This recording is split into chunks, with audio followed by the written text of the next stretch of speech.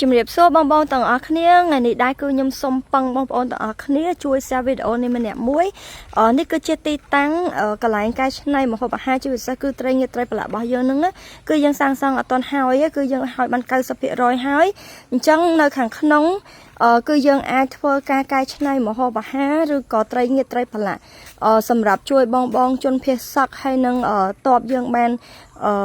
ច្រើនដែរនិយាយទៅអាចមកមើលទាំងអស់គ្នាប្រសិនបើបងណាគាត់មានចិត្តសប្បុរសធម៌ចង់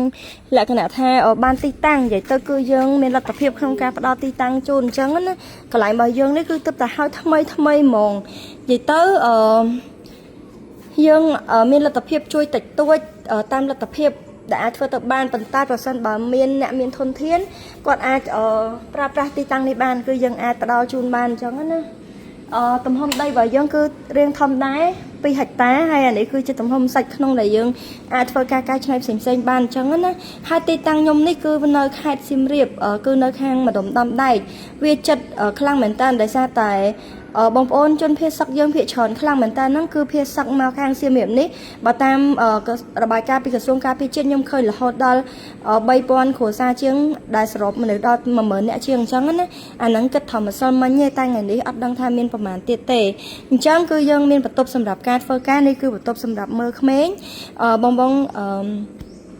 មានកូនមានអីហ្នឹងអាចយកមកបានដូចគ្នាយើងមានបន្ទប់សម្រាប់មើលក្មេងហើយយើងមានទូទឹកកកច្រើនណាស់យើងមានទូទឹកកកធំដល់5គ្រឿងនិយាយទៅយើងមានខ្លះសេឈៀលនេះមាន2គ្រឿងទ្វារ3ហ្នឹងហើយយើងមានខ្លះសេបកកបកកហ្នឹងគឺយើងមានដល់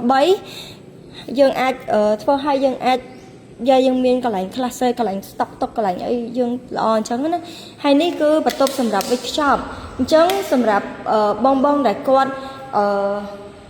ខ្ញុំឃើញថាមួយរយៈនេះគឺមានបញ្ហាម៉ាស៊ីនបឺតខ្យល់តូចហ្នឹងគឺបឺតអត់បានច្រើនទេបឺតទៅខូចលឿនអីចឹងណាអានេះគឺងាយស្រួលខ្លាំងមែនតើហ្មងគឺម៉ាស៊ីនបឺតខ្យល់ខ្នាតធំនេះ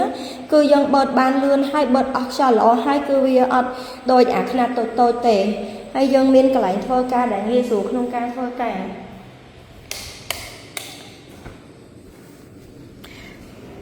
អញ្ចឹងកុំភ្លេចជួយ share វីដេអូនេះម្នាក់មួយនិយាយទៅខ្ញុំសង្ឃឹមថាមានបងដែលគាត់ចាប់អារម្មណ៍ចង់បានទីតាំងចិត្តហើយចង់មកធ្វើអាចមកបានអញ្ចឹងណាគឺយើងបើកផ្ដល់ទីតាំងធ្វើជូនគាត់យើងមានកន្លែងដាក់គ្រឿងហើយនេះគឺយើងកំពុងតែរៀបចំប្រឡាក់ថៃគឺយើងមានយើងមានម៉ាស៊ីនប្រឡាក់និយាយទៅបងប្អូនអត់សូវហត់អត់សូវពិបាកឯងគឺយើងមានម៉ាស៊ីនប្រឡាក់ដែលម៉ាស៊ីនរបស់យើងហ្នឹងអាចប្រឡាក់បាន30-40គីឡូអីដែរអញ្ចឹងណាអញ្ចឹងនេះគឺជាត្រីដែលយើងត្រៀមនឹងដាក់ប្រឡាក់ក្នុងពេលបន្តិចទៀតហ្នឹងហើយយើងមានកន្លែងធ្វើយើងមានកន្លែងអីអញ្ចឹងណាបងយើងមានកន្លែងស្តុកតុកហើយសំខាន់គឺយើងមានទូសម្ងួតសម្ងួតនេះគឺយើងអាចសម្ងួតបានមិនថាភ្លៀងមិនថាមេឃសតុំឬក៏អីទេដោយសារតែបើមេឃសតុំយើងប្រើហ្គាសបើថាមេឃអត់សតុំទេគឺយើងមានសូឡាយើងមានអីអញ្ចឹងណានិយាយទៅគឺវាសម្ងួតបានល្អស្ងួតលឿនគឺអាចបានច្រើនដែរដោយសារនេះគឺខ្នាតកដាលណានិយាយទៅគឺយើងមានទីធ្លាធំតលាយបើសិនជាបងត្រូវការគៀងកកម្លាំងអ្នកភូមិអីក៏ខ្ញុំគិតថាអាចរកបានដែរអញ្ចឹងណានេះគឺជាបរិយាកាសជុំវិញហ្នឹងតែយើងនិយាយទៅយើងធ្វើអត់ទាន់ហើយ 100% ទេតែបើសិនជាមកដំណើរការដែលយើងធ្វើនេះគឺយើងអាចធ្វើទៅបានដោយសារតែស្ថានភាពប្រទេសជាតិយើងកំពុងតែមានអាសន្នហើយខ្ញុំគិតថាបើសិនជាកន្លែងខ្ញុំអាចជួយបំរើផលប្រយោជន៍ឬក៏អាចជួយពួកគាត់បានគឺយើងរីករាយនឹងផ្ដល់ទីតាំងផ្ដល់កន្លែងជូនអញ្ចឹងណាអ្វីដែលសំខាន់ទៀតនោះគឺយើងនៅខេត្តសៀមរាបដែលជាខេត្តមួយសម្បូរជនភេសសកមកដល់ទីនេះខ្លាំងមែនតើហើយបើសិនជាត្រូវដឹកទៅខេត្តផ្សេងក៏វារៀងចិត្តដែរអញ្ចឹងណាអញ្ចឹងយើងមាន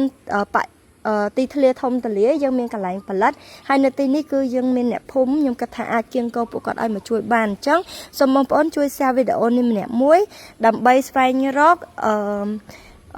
អ្នកដែលគាត់មានលទ្ធភាពឲ្យគាត់មានទីតាំងក្នុងការធ្វើស្បៀងជូនបងប្អូនប្រជាពលរដ្ឋយើងដែលភេសសកក៏ដូចជាបងកងទ័ពផងដែរ